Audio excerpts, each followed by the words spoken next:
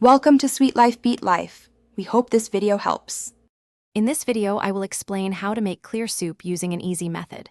First, select fresh, high-quality ingredients like bones, aromatic vegetables, and herbs. These form the essential flavor base for your soup. Next, combine them in a large pot with cold water and bring it to a gentle simmer.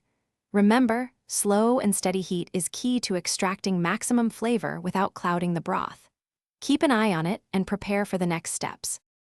Once your ingredients are simmering, the crucial step is maintaining a very low heat. A rolling boil will agitate the proteins and fats, making your soup cloudy. Instead, aim for tiny, gentle bubbles. As impurities rise to the surface, use a fine mesh skimmer or a ladle to carefully remove any foam or particles. This meticulous skimming is vital for achieving that beautiful, crystal clear appearance.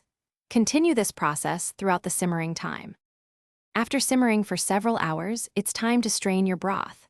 Line a fine mesh sieve with 2 or 3 layers of cheesecloth over a large bowl. Carefully pour the broth through, allowing it to filter slowly. Resist pressing the solids. This can push small particles and fats into your broth, making it cloudy.